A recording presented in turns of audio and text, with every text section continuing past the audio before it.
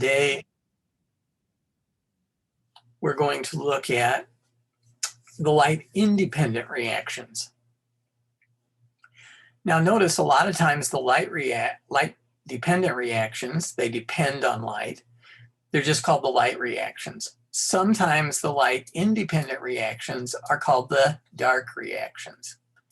The only thing is we have to be careful about using that term because it's a little bit deceptive. The light-dependent reactions need light. The light-independent reactions don't need the dark. In fact, in most plants, the light-independent reactions take place during the daylight hours. But they don't need daylight directly. So that's what light-independent means. Light can be there, fine. Light cannot be there, fine. They don't care either way. They need two particular chemicals that we'll talk about in a moment. Now, whereas there are a lot of different metabolic pathways that make up the light-dependent reactions, for the light-independent reactions, there's really one main metabolic pathway. It's called the Calvin cycle. Sometimes the Calvin-Benson cycle. Benson was one of the other scientists who worked on the chemistry. There was a third scientist who, for some reason, never gets credit. It's never named, the CBB cycle for Calvin, Benson, and another guy whose name also starts with B. So the Calvin cycle doesn't need light, but it does need two things, ATP and NADPH. And we made ATP and NADPH in the light-dependent reactions that we talked about the other day. So we're going to use NADPH to give us hydrogens. And what we're going to do in the Calvin cycle is we're going to take the hydrogens off NADPH and we're going to stick them onto carbon dioxide. And when we stick them onto carbon dioxide, we're going to gradually convert it into glucose. But it takes energy to move the hydrogens from NADPH to CO2. So where are we going to get that energy? From ATP. So we don't need light, but we do need two chemicals, ATP and NADPH, that plants make in the light-dependent reactions. Now, when we look at the Calvin cycle, you can tell by the name, this is a cyclic metabolic pathway. So the first reactant is something called ribulose 1,5-bisphosphate. And I'm sorry, ribulose 5-phosphate right here. And at the end, we're going to make this back. So we want to keep that in mind. Remember what we've said about a cycle. At the end, we always make what we started out with. Now, notice that we've got some diagrams as we go along showing us how many carbon atoms we have. And one way we can kind of keep track of how we can make glucose is by counting carbon atoms. We know glucose is C6H12O6. So we're going to have to use 6 carbon dioxides to make glucose. So if we look at all the numbers, if you kind of go around the cycle here, we see 6 CO2, we see 12 of something called PGA, 12 ATP, 12 ADP, 12 NADPH. Everything is a multiple of 6 because we're going to have to do everything in this cycle 6 times to make one glucose. So we want to keep that in mind. That's why all these numbers are multiples of 6. So we have 6 molecules of ribulose. Ribulose has 5 carbons each. So 6 times 5, that means there's 30 carbons in our ribulose bisphosphate.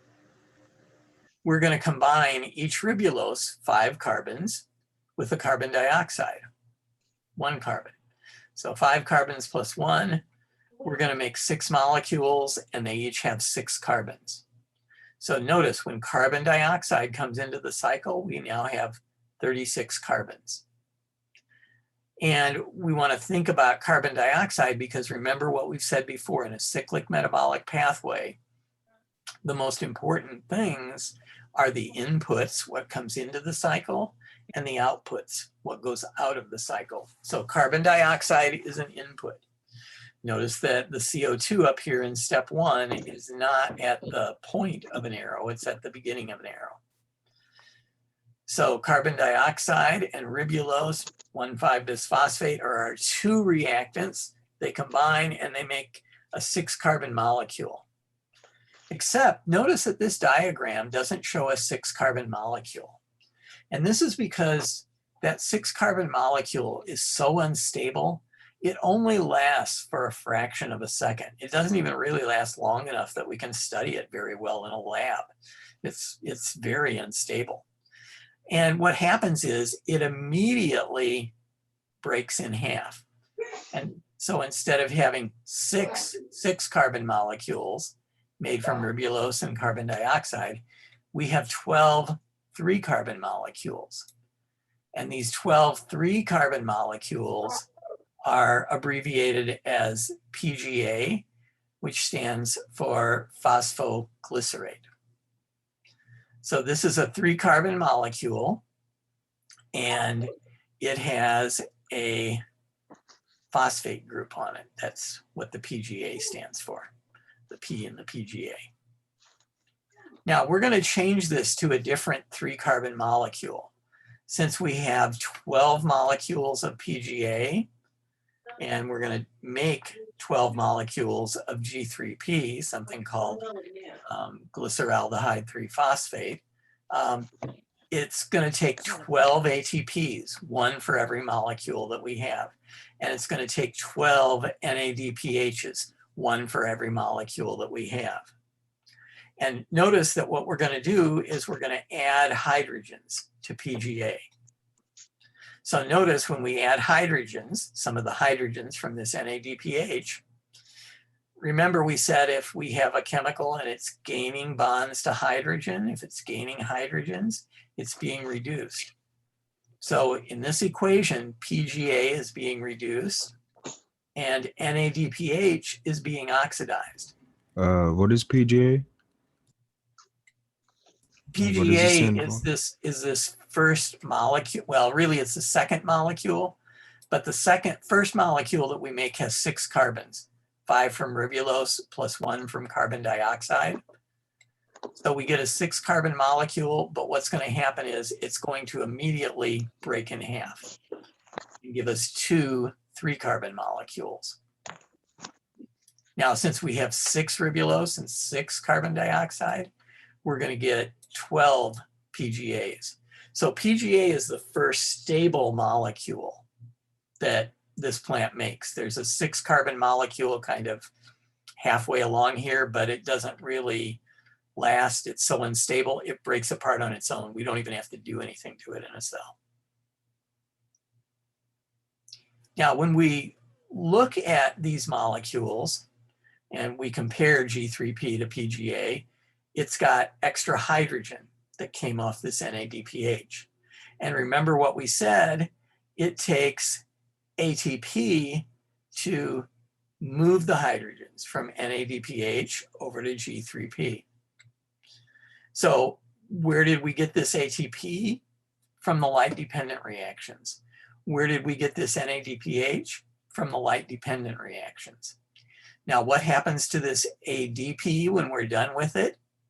And notice we also have kind of a loose phosphate group. They go back to the light-dependent reactions. And then the cell is going to take ADP and phosphate, put them together again, and make ATP. What does this NADP plus do? It goes back to the light-dependent reactions to pick up more hydrogens. So one way to think about this ATP and also the ADP and the NADPH and the NADP plus, these are like shuttle buses. NADP plus picks up hydrogen in the light-dependent reactions. Once it picks up some hydrogens, it carries them over here to the light-independent reactions and it drops the hydrogens off. Then it goes back to the light-dependent reactions to pick up more hydrogens. ATP picks up energy in the light-dependent reactions. Then it carries the energy over here to the light-independent reactions, drops that energy off, the cell uses it to add hydrogens to this molecule, And we've got ADP left. And then what does ADP do? It goes back to the light-dependent reactions to pick up more energy. So this ADP, ATP system is a shuttle bus that carries energy around the cell. This NADP plus, NADPH system is a shuttle bus that carries hydrogens and electrons around the cell. So we have 12 molecules. Confusing. Go ahead. No, I said it's kind of confusing because I don't know what the stuff stands for, like the AG. Like I understand, like you saying, like the six ribosomes or whatever it's called, and then it was Ribulose six something else bisphosphate.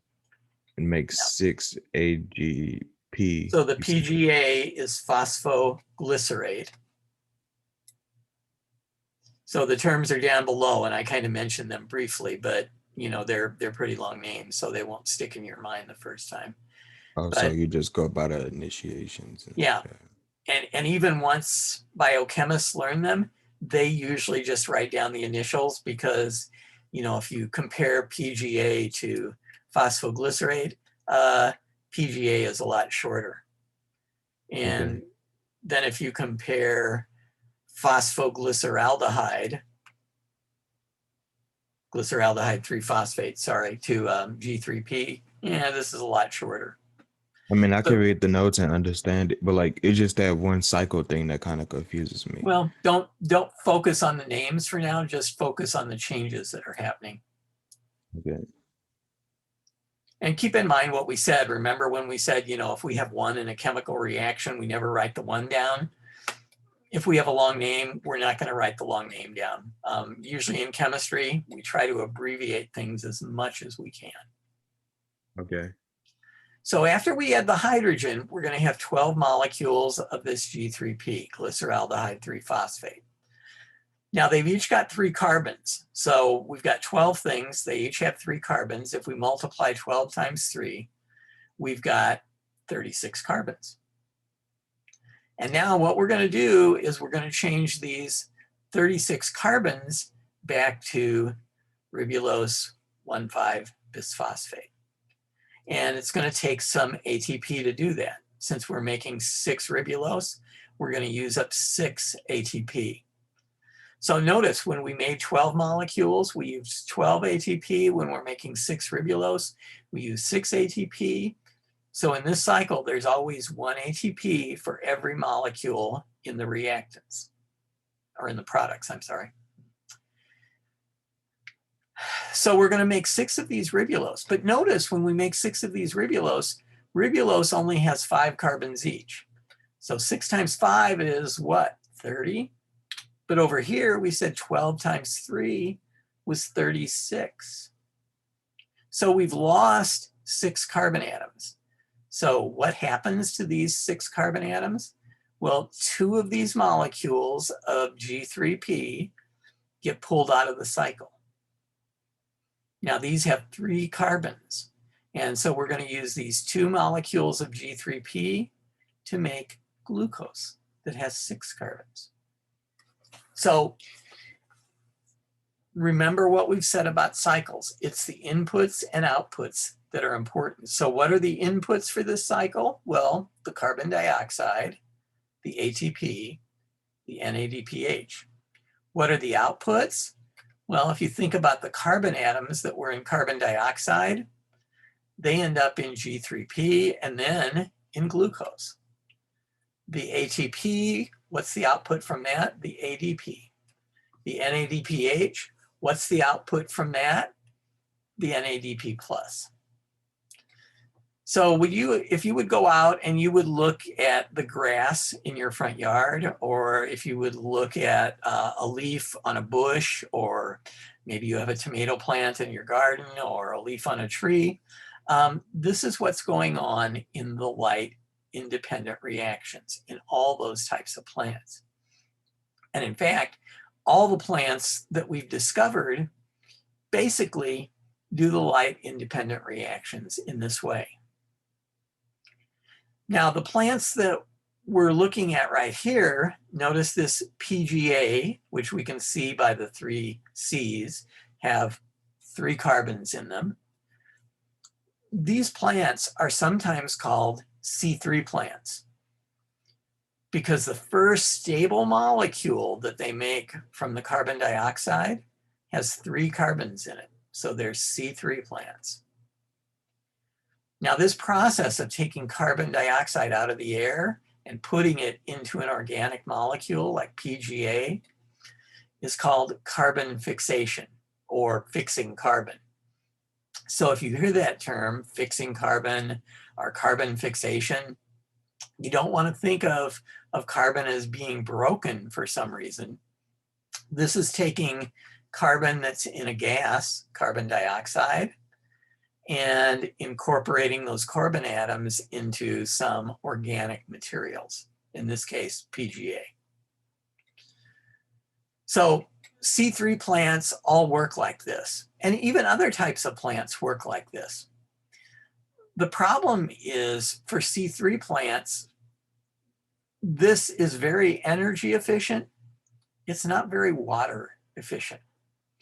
So let's look at some plants for a second. And let's peel off the layer of cells on the lower surface of a leaf. And if we would peel off the layer of cells, something that's called the epidermis, the outer part of your skin is the epidermis, the outer part of a plant is its epidermis. If we would peel off the epidermis, especially from the lower side of a leaf, we would see 3 things. We would see what are called epidermis cells. Now, some epidermis cells are kind of big and they look, I don't know, like jigsaw puzzle pieces. They have, little parts sticking out. They have little indentations. Some epidermis cells are kind of little half circles or little C-shaped structures. But if you look, you can see 3 dark structures in here that look kind of like pairs of lips. These things that look like lips are called guard cells. And there's actually 2 guard cells in each pair. Think of your upper lip and your lower lip. And the guard cells, if you look very carefully, you can see a little white slit in between them. And that little white slit is called a stoma, or if there's more than one, stomata. And this is basically a hole going into the leaf. Now, why do plants need a hole going into the leaf? Well, remember, carbon dioxide is a reactant for these light-independent reactions. And carbon dioxide is in air. So they have to have a hole to let air in so that they can get carbon dioxide from the air. But plants have a problem. If a stoma is open, if those lips kind of allow a little space between them, the good news for the plant is that carbon dioxide can come in. The bad news is water can get out. And plants are not very economical with water. It's estimated that about 98% of the water that a root of a plant absorbs and then transports up to the leaves just evaporates and goes out of these stomata. So it gets absorbed by the roots, it goes out, and it's lost to the plant. It's not used for photosynthesis. So the water that's used for photosynthesis, and remember, the water is where we got our hydrogens for the NADPH. The water that we use for photosynthesis is really just about 2% of the water that's available to a plant. So C3 plants are very energy efficient in terms of making their glucose, but they're not very water efficient. They lose a lot of water. So there are 2 groups of plants that have evolved kind of an alternative way to make water, to make glucose. And one of these is called C4 plants. Now, we said the plants that we were just discussing were C3 plants because the first stable molecule that they made had 3 carbons in it. So you might guess C4 plants, the first stable molecule that they make, will have 4 carbons in them. And then there's another group of plants called CAM plants, crassylation acid metabolism. And if we look at both of these plants, there are some pros and some cons compared to C3 plants. Almost all the plants around your house are C3 plants, but you might have a few C4 plants. But C4 plants and CAM plants are much more efficient in terms of using water. They don't lose as much water as C3 plants do. But they're not as energy efficient. There's kind of a price to pay for losing this water. So let's look at C4 plants first, and let's take a slice of a leaf from a C4 plant. So here's a slice of a leaf. So those epidermis cells that we were looking at before would be these kind of big roundish cells on the top and the bottom. When we take a slice through a leaf, we're looking at our leaf and we're basically chopping through a section of it and looking at it. All the cells in the middle of the leaf are called mesophyll cells. Now notice you can see a lot of green dots in these mesophyll cells. Those green dots are chloroplasts. And every once in a while you see a clump of cells. They've usually got a really dark rim. And if you look carefully, that dark rim is again green dots. So that's again chloroplasts. These are some cells called bundle sheath cells. So when we think of C3 plants, here's how we want to think of things. Mesophyll cells in C3 plants do everything all the time. All day, they do the light-dependent reactions, and they also do the light-independent reactions. And usually they make enough ATP and enough NADPH during the day that they can work for a little while at night. Not very long because they can't keep doing the light-dependent reactions, but for a little while. Okay, when we think of C4 plants, and later when we get to CAM plants, think of a factory that uses workers to do shift work. If we look at C4 plants, we're going to do 2 different things in mesophyll cells and bundle sheath cells. Mesophyll cells are going to take carbon dioxide and they don't combine it with ribulose. They combine it with a molecule called phosphoenol pyruvate, sometimes abbreviated as PEP. Like I say, we're not going to write out these if we don't have to. And when they combine phosphoenol pyruvate with carbon dioxide, phosphoenol pyruvate has 3 carbons, carbon dioxide has 1. So this makes malic acid, and malic acid has 4 carbons. Now, normally, if there's plenty of water, if it's not extremely hot, it's no big deal. But when it becomes extremely hot and dry, C4 plants have an advantage. Up here are 2 guard cells, and you can see the stoma in between them that lets air in for carbon dioxide.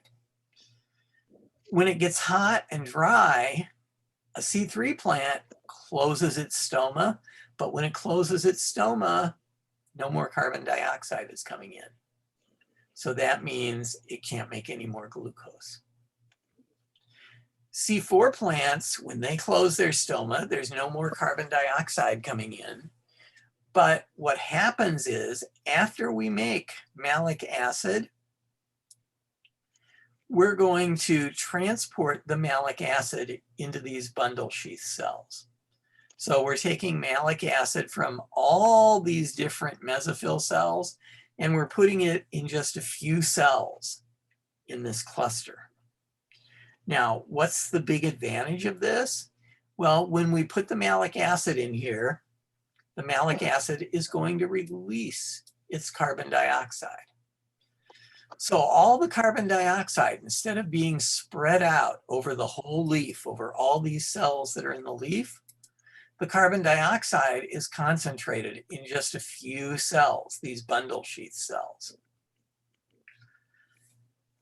So this means that the concentration of carbon dioxide is higher in a C4 plant when the weather's hot and dry and the guard cells close the stoma.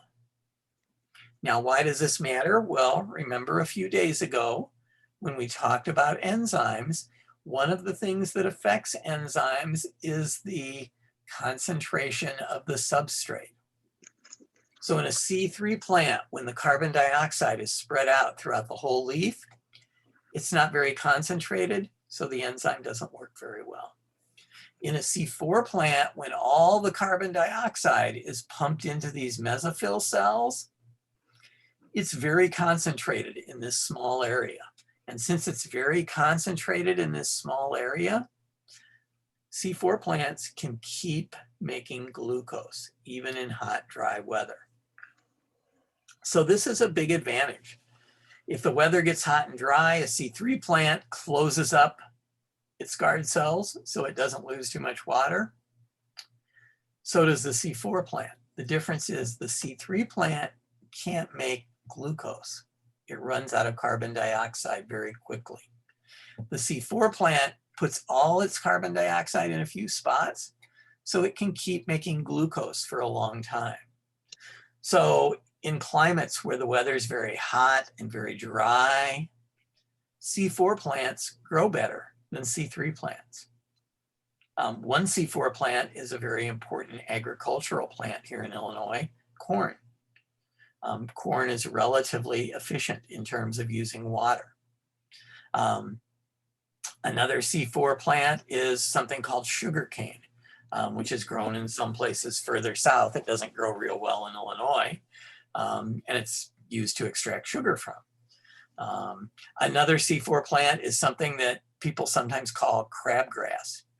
If you have grass growing in your front lawn, the type of grass that looks real nice and it feels good if you want to lay down on your front lawn, might be Kentucky bluegrass or it might be Bermuda grass. There's a couple different types that people plant.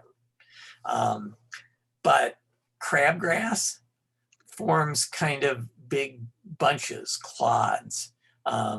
And, you know, it's not very comfortable either to walk barefoot or to lay down on your lawn if you have crabgrass. Crabgrass is a C4 plant. Kentucky bluegrass and other types of grass that people have in their front lawn are C3 plants. So what happens in the summer when the weather gets very hot and dry? Most years, not very dry this year, but what happens when the weather gets hot and dry? C4 plants grow better than C3 plants. So crabgrass can grow better than the type of grass you want growing in your front lawn. So when it's hot and dry, if you don't want these undesirable crabgrasses to take over your lawn, one of the things you have to do is water your lawn.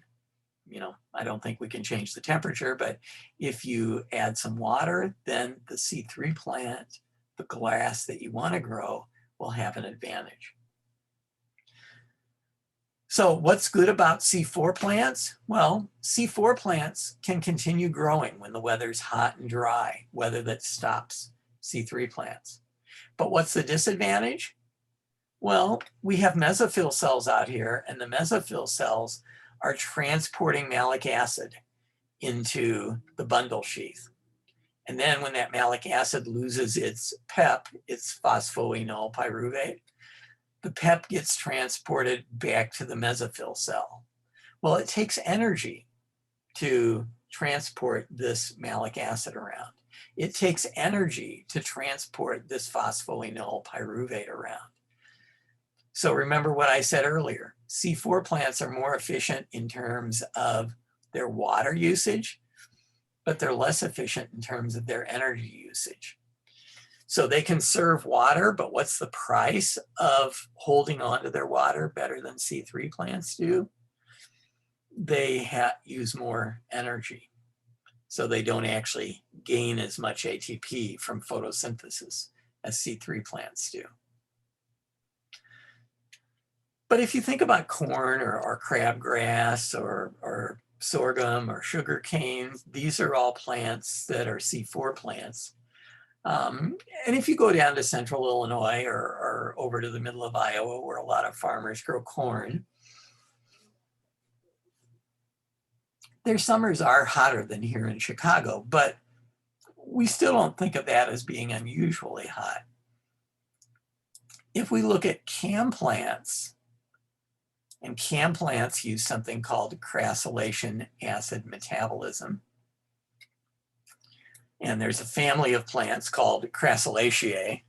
So that's what it was named for, because it was studied in those plants first.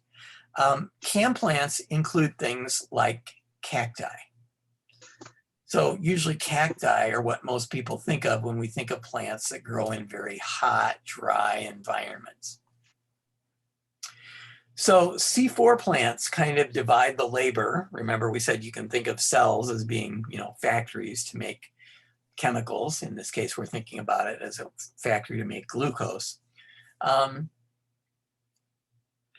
we think of C4 plants, they're a factory where we have kind of two different types of workers. One worker just does carbon fixation.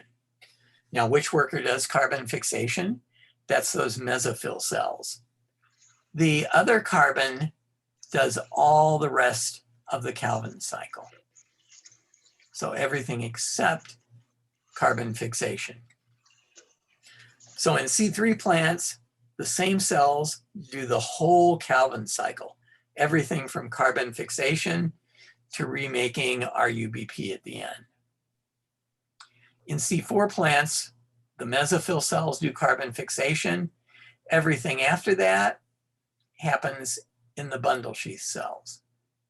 If we look at cam plants, they don't do things in different cells. They do things at different times. So think about the desert environment. People in Chicago are whiny, I have to admit.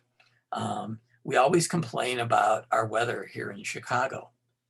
But if you look at most deserts, in a lot of deserts, the temperature during the day is 30 to 40 degrees, and I should say 40 degrees Fahrenheit, warmer than it is at night. So the temperature really drops dramatically at night. Well, if you think about a person being out in the desert during the day when it's 110 degrees or at night when it's 70 degrees Fahrenheit, you would lose a lot more water by sweat during the day when the temperature is 110 degrees.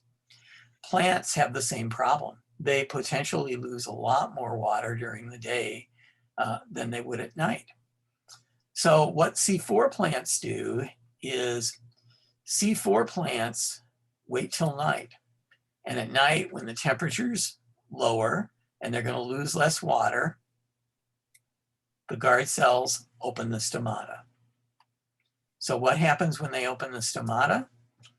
Carbon dioxide enters the leaf and the plant fixes carbon dioxide. And it's basically a similar reaction to what happens in C4 plants. They first make a compound called malic acid or malate. So they fix carbon at night, but after they fix carbon at night, they don't do anything with it. They just store it in vacuoles until the daytime. Now, what happens in the day? Keep in mind, in the day, it's going to be much hotter. So the cell runs the risk of losing more water. So during the day, the guard cells close the stomata. So the plants aren't going to lose as much water. So they've already got some carbon dioxide that they stored last night in malic acid. So what are they going to do? They're going to release the malate from the vacuole. And once they release it from the vacuole, they're going to do the same thing that C4 plants did. The malate's going to release its carbon dioxide. The carbon dioxide attaches to ribulose, and we're going to go through the Calvin-Benson cycle. Now, where do we get the ATP and the NADPH for the Calvin-Benson cycle? From the light-dependent reactions. CAM plants can carry out the light-dependent reactions during the day because notice the light-dependent reactions don't use carbon dioxide. So it doesn't matter if the stomata are closed, they can still make ATP and they can still make NADPH. And CAM plants are even more efficient than C4 plants in terms of saving water. So if we think about the three types of plants, here's kind of what we see. So let's look at a C3 plant and a typical mesophyll cell. So they fix carbon and go through the Calvin cycle in the same cell all day. And as I said, a little bit into the night because they usually have a little bit of excess ATP and NADPH that they made during the day. Keep in mind, since ATP and NADPH are only made during the light-dependent reactions, once the sun goes down, the plant can't make any more. It can only use any excess that it had. Now let's think about a C4 plant. Carbon dioxide is fixed by the mesophyll cell into a compound that has 4 carbons. The 4-carbon compound goes into a bundle sheath cell, drops off carbon dioxide, and then remember how we talked about shuttle buses a little while ago? When it drops off carbon dioxide, instead of having 4 carbons, malic acid only has 3, now it's PEP again. PEP goes back to the mesophyll and picks up another carbon dioxide and brings it back here. So PEP and malic acid are basically just cycling between mesophyll cells and bundle sheath cells. They're shuttle buses. Now, if we look at a CAM plant, carbon dioxide is fixed during the night, and then during the day, the C4 compound, and notice the C4 compound is malic acid in both these C4 plants or C3 plants. The malic acid releases its carbon dioxide, and we do the reactions of the Calvin cycle the same as normal. So notice here, one cell does everything at the same time. Here, 2 different cells do 2 different parts of the Calvin-Benson cycle. Here we fix carbon, here we actually use it to make glucose. But they both do it at the same time. Here, everything happens in the same cell, but at different times. Fixing carbon happens at night. Doing the rest of the Calvin cycle happens during the day. So, you know, if CAM plants and C4 plants are so much better at saving water than C3 plants, how come most of the plants in your garden, or, you know, if you would go up to Martin Arboretum, or if you would visit the Chicago Botanical Gardens or in your front yard, how come most of those plants are C3 plants? Well, remember what we said. CAM plants are super efficient at saving their water. They lose less than C4 plants, they lose less than C3 plants. But it takes a lot of energy to make malic acid, then put the malic acid into a vacuole, then take it out of the vacuole the next day and change the malic acid to PEP. So they're not very energy efficient. C4 plants are a little more water efficient than C3 plants, but again, it takes some energy because they're putting the carbon dioxide into malic acid. They're transporting the malic acid into a bundle sheath cell. They're dropping off the carbon dioxide. They're sending PEP back to the mesophyll cell. So as we go to the right, we have plants that are more and more water efficient. They don't need as much water to survive. As we go to the left, we have plants that are more energy efficient. C3 plants don't use any extra energy putting carbon dioxide into malic acid and then getting the carbon dioxide out of malic acid. They don't store the malic acid anywhere. So under normal circumstances, if it's not too hot and it's not too dry, C3 plants have an advantage. But the hotter and drier it gets, the more C4 plants are favored. And then if it gets even hotter and drier than that, then C4 plants are struggling, then CAM plants are favored. And remember what I said, the most common CAM plant that most people have heard of is cacti. And we think of cacti as being in deserts, but I have a cactus growing in my yard. You can put a cactus outside and a cactus could grow in your yard, but you have to take very good care of it, because here's the problem. Since CAM plants only take in carbon dioxide at night, this means that they can't build as much glucose as other plants. So CAM plants tend to grow really slowly. So if you put a cactus in the middle of your yard, what will happen is other plants will grow taller than it and they'll shade it out so that it doesn't get any sun. And for plants, if they don't get any sun, they can't carry out the light-dependent reactions. So if you've ever seen any scenes of a desert, or if you've actually been to a desert, cactus are spread pretty far apart. Cactus don't have to worry about being in the shade of another plant. So a cactus can grow fine here in Illinois, but it kind of has to be isolated from other plants so that it doesn't get shaded out, so that it gets enough sunlight to carry out the light-dependent reactions. So any questions about the light-independent reactions? And remember what we said, these are sometimes called the dark reactions, but unlike the light reactions that really do need light, the dark reactions don't need the dark. They can just happen in the dark. So we want to keep that in mind. Okay, if there are no questions, I'm going to stop screen sharing and I will let you go.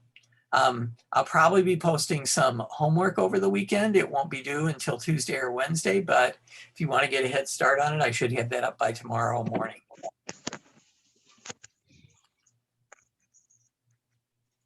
So if you have any